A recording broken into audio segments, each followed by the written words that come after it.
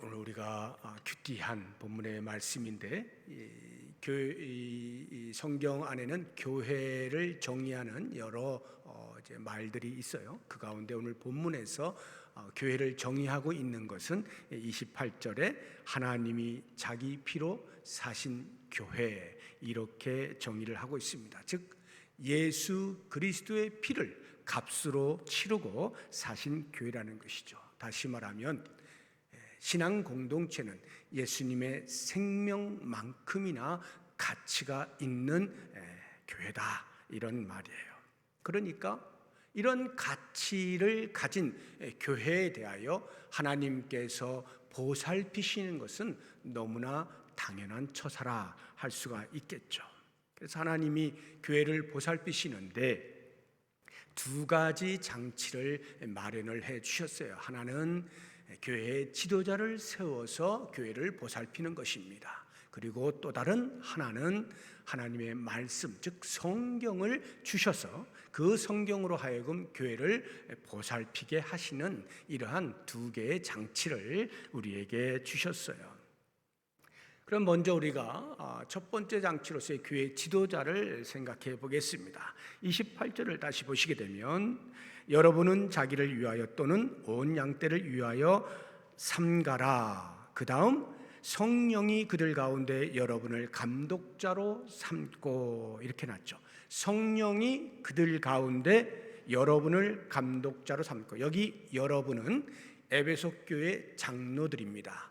밀레도라고 하는 것에 있어서 사도 바울이 이제 더 이상 에베소 교회를 말씀으로 양육할 수가 없고 예루살렘으로 가야 되는 상황 속에서 에베소 교회 장로들을 초청하여서 내가 이제 더 이상 여러분과 함께하지 못합니다. 그러므로 이제는 여러분이 에베소 교회의 지도자입니다 하면서 이 부탁의 말씀을 하시는 거거든요. 성령이 그 에베소 교회 성도들 가운데 여러분 장로님들을 감독자로 삼았습니다, 이 말을 하는 거예요.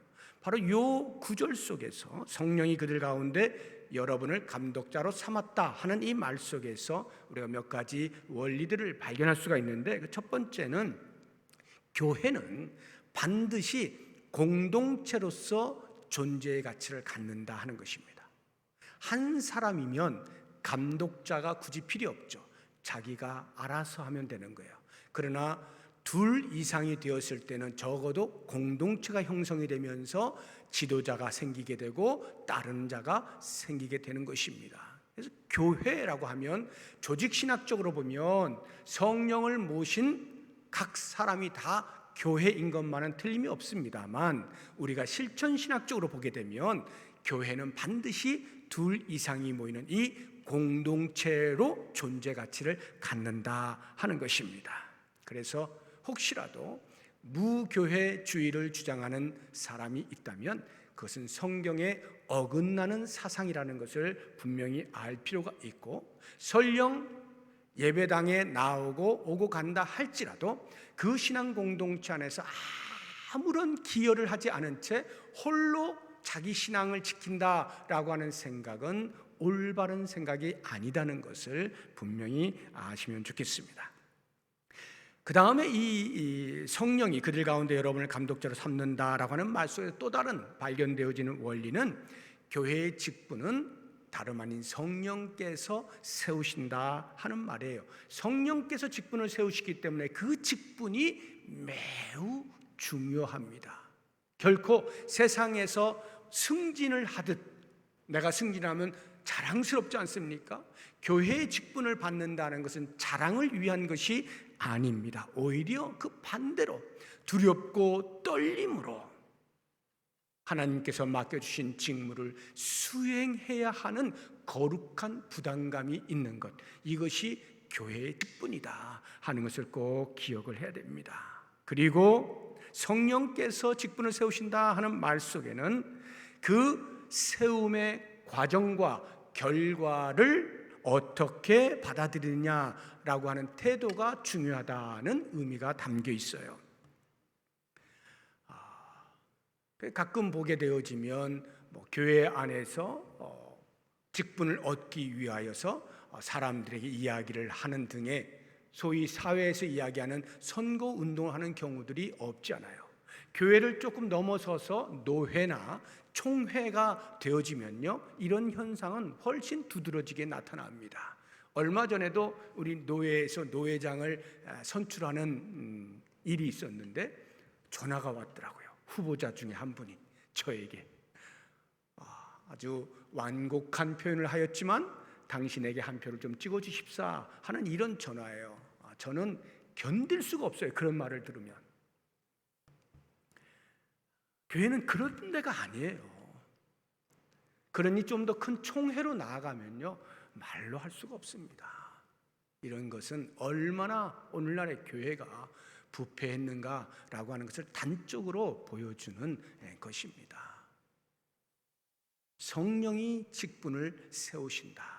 그러면 그 과정 속에서도 성령이 하시는 일에 잠잠히 볼 수 있어야 돼요. 뿐만 아니라 끝나서 결과가 드러났을 때 그 결과에 대해서 왈가불가하는 것이 아닙니다. 그대로 받아들이는 거예요. 성령이 하신 일에 대하여 내가 이렇다 저렇다 말하는 게 아니죠. 우리는 이러한 사실을 명확히 알 필요가 있는 것입니다. 자, 그렇다고 하면 이제 이러한 신앙 공동체를 하나님께서 보살피기 위해서 교회의 지도자를 세우셨는데 그 지도자가 해야 할 일이 무엇인가 하는 것을 말씀드리는데, 무엇보다 먼저 자기 자신을 돌아보는 일이 매우 중요합니다. 그래서 28절에 제일 처음으로 등장하고 있는 단어가 이제 원어로 보게 되어지면 삼가라 하는 거예요. 거기 보면 여러분은 자기를 위하여 또는 온 양떼를 위하여 삼가라 이렇게 나와 있죠. 이 삼가라 하는 말이 제일 먼저 등장을 해요. 이 삼가라, 프로세코라고 하는 이제 헬라어인데 이 말의 의미는 주의해라 또는 경성해라, 경계해라, 정신을 차려라 이런 뜻들이에요. 한마디로 이야기하면 깨어있는 영성을 요구하고 있는 것입니다. 그렇지 않겠어요? 교회의 가치가 예수 그리스도의 피를 값으로 주고 산 가치인데 그 교회를 보존하기 위하여, 보호하기 위하여 마땅히 교회의 지도자가 가져야 할 자세인 것이죠. 뿐만 아니라 이것은 단순히 교회를 위한 것이 아니라 이 지도자 자체, 자기 자신을 위해서도 이와 같은 일이 필요한 거예요. 28절 다시 보시게 되면 여러분은 자기를 위하여 또는 온 양떼를 위하여 삼가라고 되어 있죠. 여기 또는이라고 하는 것은 한글 번역상 좋은 번역이 아니에요. 그리고가 더 좋은 번역이에요. 자기를 위하여 그리고 온 양떼를 위하여 삼가라, 이게 좋은 번역입니다. 그리고 둘 다를 위하여 라고 하는 뜻입니다. 그래서 사도 바울이 에베소 교회를 영적으로 다스리고 있는 디모데에게 이와 같은 유사한 권면을 하는 것을 우리가 볼 수가 있는데, 디모데전서 4장 16절 한번 보겠습니다. 내가 내 자신과 가르침을 살펴 이 일을 계속하라. 이것을 행함으로 내 자신과 내게 듣는 자를 구원하리라. 너 자신과 성도들을 이렇게 말하고 있는 거예요. 그러니까 둘 다를 살리기 위한 방편이다, 이런 이야기죠. 사도 바울이 자기 자신에게도 그것을 그대로 적용하는 것을 볼 수가 있습니다. 고린도전서 9장 27절을 보겠습니다. 내가 내 몸을 쳐 복종하게 하면 내가 남에게 전파한 후에 자신이 도리어 버림을 당할까 두려워함이로다. 자기 자신에 대한 영적인 경각심을 놓치지 않는 것입니다. 둘 다를 살리기 위하여서 깨어있는 영성, 삼가는 삶이 필요한 것입니다. 이렇게 자기 자신을 삼가는 지도자가 이제 본격적으로 교회를 어떻게 보호해 나갈 것이냐 할 때 첫 번째가 거짓 교훈으로부터 보호를 할 필요가 있어요. 29절 30절을 보겠습니다.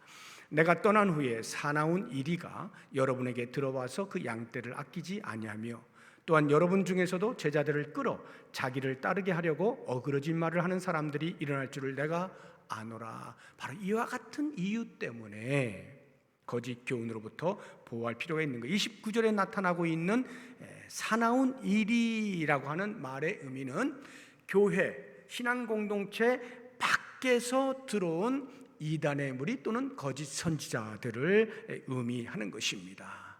이와 같은 이 경고성 메시지를 예수님께서 주시거든요. 마태복음 7장 15절을 보겠습니다. 거짓 선지자들을 삼가라. 양의 옷을 입고 너희에게 나오나 속에는 노략질하는 일이라. 교회 밖에서부터 교회 안으로 들어오는 것입니다. 뭐 양의 탈을 쓰고 들어왔든 드러내놓고 들어왔든 아무튼 이들이 목적하는 바는 양떼를 노략질하는 것이죠. 바로 이와 같은 것으로부터 교회의 지도자는 성도를 보호하고 교회를 보호할 필요가 있는 것입니다. 마치 부모가 자녀를 양육하면서 요즘같이 흉흉한 시대에 자녀들을 그냥 마음 놓고 밖에 나가서 놀게 하지 않잖아요. 항상 낯선 사람 조심해, 낯선 사람 말 따라가지 마, 이런 충고를 계속 해주지 않습니까? 왜? 자기 자녀를 보호해야 되니까요. 뿐만 아니라 30절을 보게 되어지면 어그러진 말을 하는 사람들 이렇게 나와 있어요. 여기 어그러진 말을 하는 사람들은 공동체 안에 있는 사람들입니다. 공동체 안에서 발생한 거짓 교사들을 말하는 거예요. 마치 이제 부모가 자녀를 양육할 때 밖에 나가서 낯선 사람들 말 듣지 마, 낯선 사람들 따라다니지 마 하는 교훈뿐만 아니라 학교 안에서 친구들하고 같이 사귈 때 좋은 친구를 사귀어, 이런 말들 많이 하지 않습니까? 왜 그런 말들을 할까요? 나쁜 영향을 받지 않기를 원하는 부모의 심정인 거잖아요.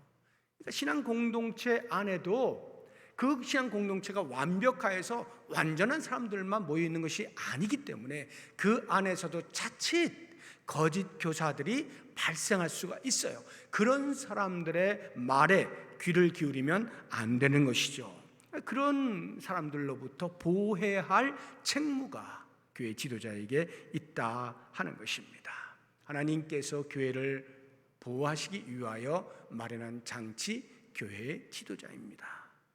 또 하나, 이 교회 지도자가 교회를 보호하기 위해서 해야 될 일은 한편으로는 거짓 교훈들로부터 보호하는, 진리를 수호하고 공의를 지켜내는 이 일이지만, 또 다른 한편으로는 사랑을 실천하는 일이 필요한데, 그것을 사도 바울은 약한 자들을 도와라 이렇게 말하고 있습니다. 35절 한번 보십시오. 범사에 여러분에게 모본을 보여준 바와 같이 수고하여 약한 사람들을 돕고, 이렇게 되어 있죠. 약한 사람들을 도와라. 그러면서 이제 사도 바울의 한 말이 예수님께서 친히 말씀하신 바 주는 것이 받는 것보다 복이 있다 하심을 기억해라 하는 거예요. 실제로 예수님께서 이렇게 직접적으로 주는 것이 받는 것보다 복이 있다라고 말씀하신 성경 구절은 없어요. 실제로. 그러니까 아마 사도 바울이 개인적으로 어디선가 들었을 것이다 추측은 됩니다만, 아무튼 성경 자체에서는 우리가 발견할 수는 없어요. 다만 그와 비슷한 뉘앙스의 말씀을 하신 것은 있어요. 한번 찾아보도록 하겠습니다. 누가복음 14장 12절 이하인데요. 또 자기를 청한 자에게 이르시되 내가 점심이나 저녁이나 베풀거든 벗이나 형제나 친척이나 부한 이웃을 청하지 말라. 두렵건대 그 사람들이 너를 도로 청하여 내게 갚음이 될까 하노라. 잔치를 베풀거든 차라리 가난한 자들과 몸 불편한 자들과 저는 자들과 맹인들을 청하라.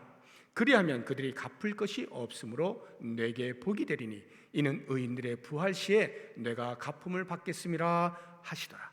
이 말씀을 보게 되어지면 예수님께서 주는 것이 받는 것보다 복되다고 하는 그 말씀을 명확하게 의미하고 있다는 것을 알 수가 있습니다.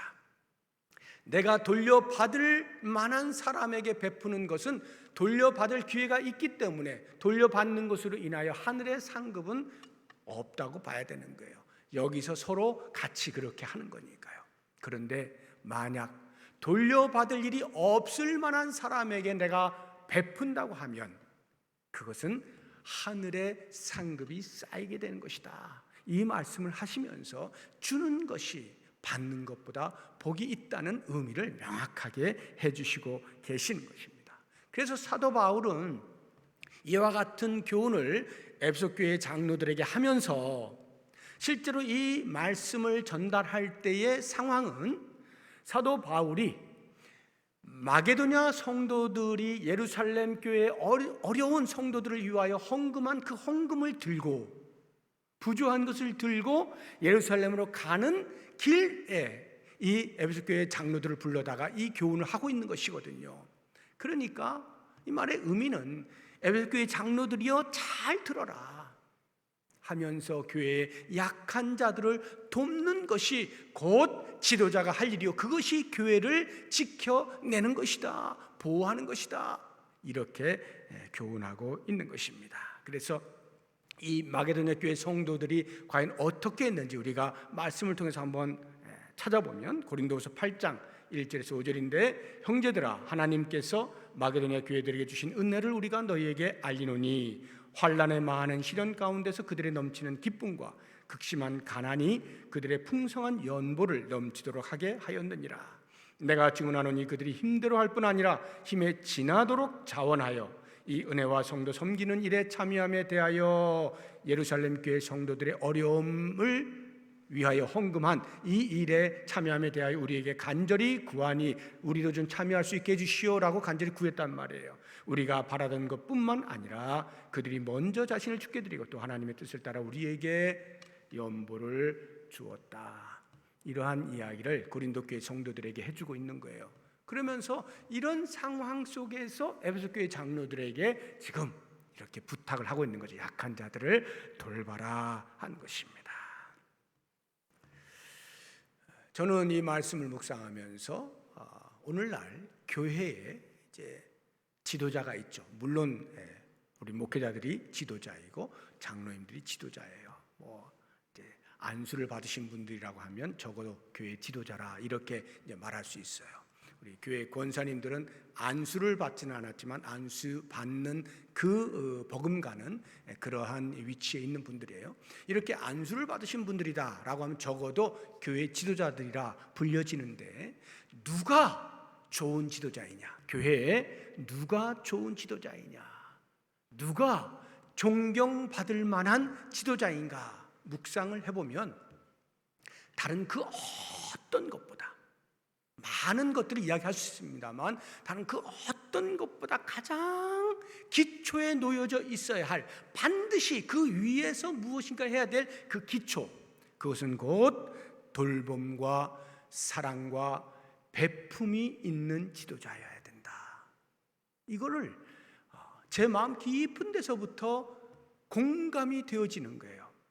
여러분 그 고린도전서 12장 끝을 보게 되면 이제 고린도전서 13장이 사랑장인데 그 사랑장 들어가기 전에 너희는 더욱 큰 은사를 사모하라 이렇게 말씀하고 있지 않습니까? 그래서 많은 사람들이 더욱 큰 은사를 사모하라 하고는 13장에서 사랑은 하고 이렇게 이야기해서 그 더욱 큰 은사가 사랑이라고 생각들을 많이 하지만 실제로는 그 더욱 큰 은사는 사랑이 아닙니다. 고린도전서 12장에 나오는 많은 은사들이 있어요. 교회의 유익을 위하여 하나님께 주신 은사들, 그 은사들이 그냥 은사로만 발휘가 되어져서는 항상 교회의 유익이 된다라고 볼 수 없다는 말이에요. 그럼 더욱 큰 은사는 뭐냐? 사랑에 기반하여 발휘되어지는 은사들을 말하는 거예요. 그래서 사랑에 기반하는 은사라고 하면 그 은사가 어떤 은사가 되었든지 동등한 가치를 갖는다라는 이야기입니다. 사랑에 기초하지 아니하는 은사들은 내 욕심이 나타날 수가 있고 나의 자랑이 될 수가 있고요. 그래서 오히려 교회에 해가 되어지는 일들이 있을 수가 있는데, 사랑을 기반으로 하면, 다시 말해서 약한 자를 돌보는 그러한 기본적인 정신 위에서 하나님이 주신 은사들을 발휘한다면 그 은사는 정말로 교회의 유익을 위하여 크게 사용되어질 것이다, 이런 말이거든요. 그러니까 이렇게 돌봄과 사랑과 배품이 있는 지도자. 이것은요, 어떤 사람은 일을 잘 처리하는 능력이 있는 그러한 지도자고, 이런 의미가 아닌 거예요. 모든 지도자는 다 가지고 있어야 될 기본적인 그러한 정신이 바로 이 사랑의 정신이다.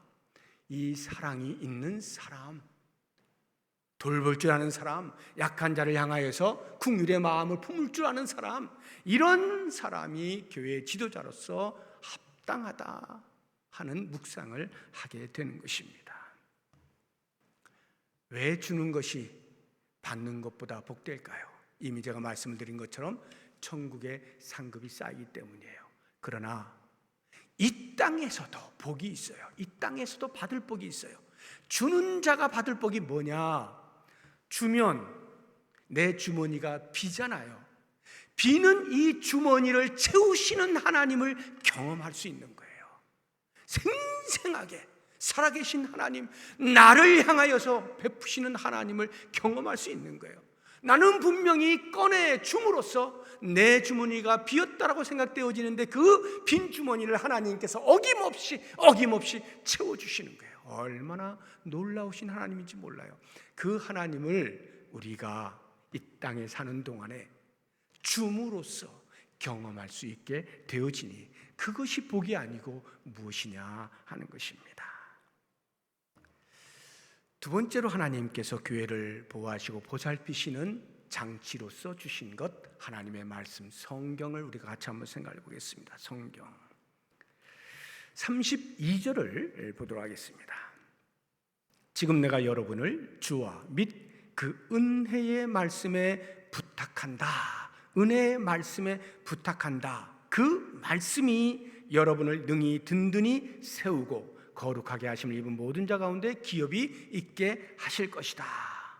이렇게 말씀하심으로써 마치 말씀이 주어가 되어서 우리를 그렇게 만들어준다. 다시 말하면 말씀을 의인화하여서 표현을 하고 있는 것입니다. 그 말씀이 여러분들을 하는 교회 지도자를 말하는 거잖아요. 지금 에베소 교회 장로들에게 말하는 거니까 교회의 지도자들을 든든히 세워주신다 하는 이 말은 곧 교회 전체를, 성도들을 그렇게 든든히 세우신다 하는 말과 같은 것이죠. 저는 이 말씀을 보면서 조금 의아한 것이, 교회라고 하는 것이, 신앙 공동체가 예수 그리스도의 피를 값으로 주고 사실 만큼의 가치가 있는 신앙 공동체라고 한다면 왜 하나님께서는 사탄의 공격을 허용하실까? 초롱성으로 만들어서 사탄이 어떠한 불화살을 쏘아도 끄떡하지 않을 수 있도록 만들어주시면 오히려 하나님의 살아계심을 온 천하에 드러낼 수가 있고 하나님의 능력을 과시하실 수가 있는데 왜 그렇게 하지 아니하고 여전히 사탄의 공격을 그냥 허용하시는가 하는 의아심이 있는 거예요. 그리고 그 사탄의 공격을 막아낼 수 있는 장치로서 왜 하나님의 말씀을 주셨는가 하는 것입니다. 하나님의 말씀, 성경은 부적이 아닙니다. 보통 이제 점치는 사람들 뭐 액땜한다 또는 뭐 나쁜 일 안 생기게 만들기 위해서 부적을 써주잖아요. 돈 받고. 그리고 그 부적을 어디 주머니에 넣든가 어디 중요한 곳에 넣어가지고 다니면은 나쁜 일이 안 생긴다. 뭐 이런 이제 미신들이 있지 않습니까? 성경은 부적이 아니에요. 성경을 뭐 가슴에다 이렇게 넣어갖고 다닌다고 해서 죽을 것이 안 죽고 그런 거 아닙니다. 물론 제가 옛날에 어렸을 때 부흥사들께서 많이 그런 예화를 들으셨어요. 전쟁터에 나갔는데 총에 맞아 죽은 줄 알았더니 여기 보니까 성경책, 기드온이 이렇게 발행한 그 조그만 신약 성경하고 시편 달려있는 그거 있잖아요. 그걸 포켓에 넣었는데 총알이 거기에 탁 박혀가지고 죽지 않고 살았다. 이런 그 예화를 많이 들으셨어요. 제가 그런 것을 듣고 자란 사람입니다. 그런데요, 정말 그럴까요? 물론 그렇게 해서 하나님이 살려주실 수도 있어요. 그런데 성경 자체가 부적이 아니라니까요. 성경 자체가 총알을 막아주는 무엇이 아니에요. 사탄이 불화살 쏘고 있는데 성경에서 한 장을 쭉 찢어가지고 쫙 던지면 불화살을 막는 방패가 되고 그런 거 아닙니다. 그렇다고 하면 왜 하나님께서 사탄의 공격에 대하여 막을 수 있는, 교회를 보살피고 보호할 수 있는 장치로서 하나님의 말씀을 주셨을까? 그 고민을 해야 되는 거예요. 왜 그럴까요? 하나님의 인격성 때문에 그래요. 하나님의 인격성. 이게 무슨 말이냐면 사람을 아무런 생각 없는 사람으로 만들지 않으시겠다고 하는 하나님의 고집이에요. 당신의 형상대로 지으신 그 사람이 아무런 생각 없이 하나님을 그냥 덜렁 섬기도록 만들고 싶지 않으신 거예요.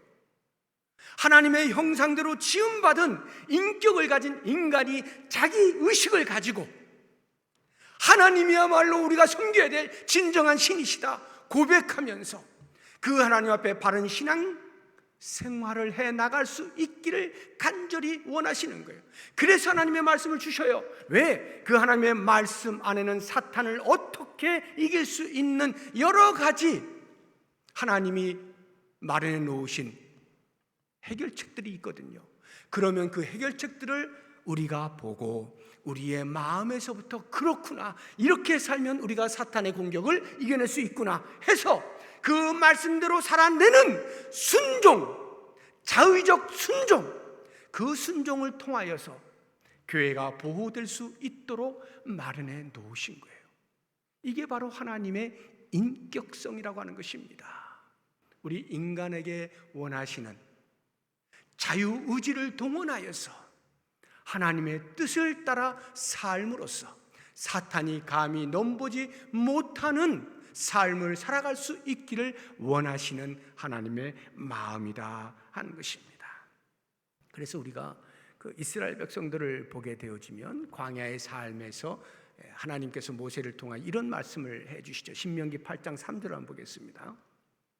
너를 낮추시며 너를 줄이게 하시며 또 너도 알지 못하며 내 조상들도 알지 못하던 만나를 내게 먹이신 것은 사람이 떡으로만 사는 것이 아니요 여호와의 입에서 나오는 모든 말씀으로 사는 줄을 내가 알게 하려 하심이니라. 이게 무슨 말씀일까요?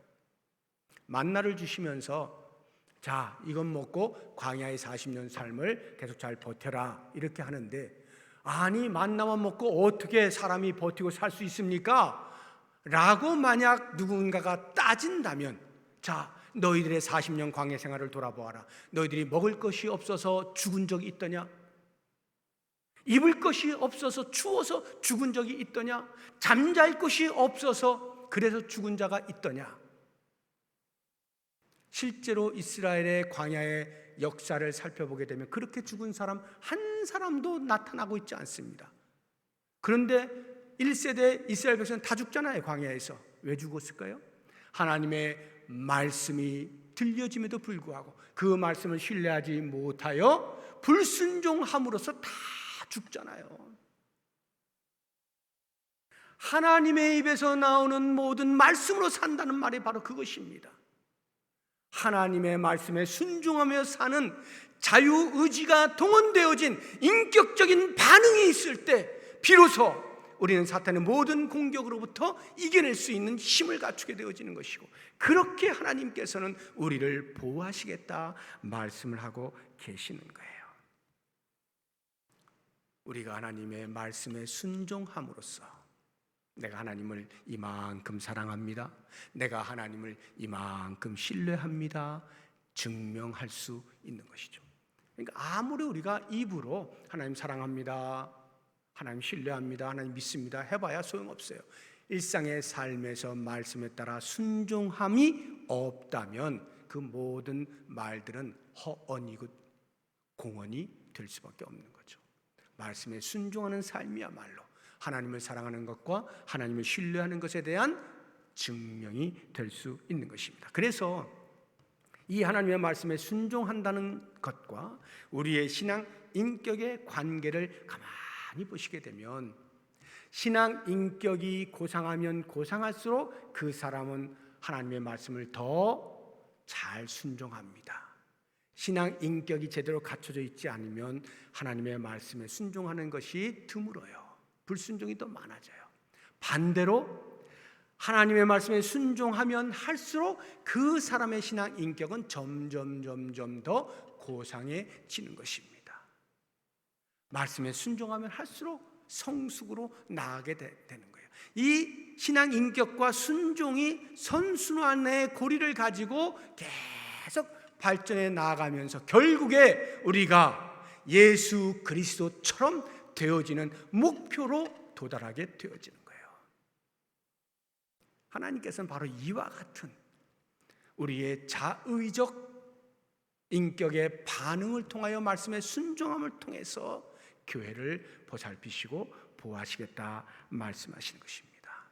이제 우리가 계속해서 큐티를 통하여 하나님의 말씀 앞에 나 자신을 드러내고 말씀의 은혜를 누리고 말씀대로 살아가고자 하는 묵상과 결심들을 하지 않습니까? 이러한 것들을 끊임없이 평생에 하도록 마음에 다짐을 하시고 그렇게 좋은 습관을 들이시고 교회적으로 이렇게 함께 나아갈 때 서로 힘을 내어서 해나가다 보면 정말로 하나님의 말씀 앞에 순종하여 사는 삶의 맛, 그것이 나를 어떻게 변화시키고 나를 어디에까지 이끌어가는가 하는 것들을 경험하면서 이제는 놓으라 해도 놓을 수 없는 꿀송이보다 더 단 하나님의 말씀이 될 것입니다. 모쪼록 원하기는 이렇게 하나님께서 우리를 보살피기 위하여서 장치해 놓으신 것들을 적극적으로 활용하면서 하나님의 교회가 하나님의 뜻을 바르게 이루어낼 수 있는 좋은 교회, 건강한 교회 되는 일에 모두가 협력해 주시기를 주의 이름으로 부탁드립니다. 기도하겠습니다.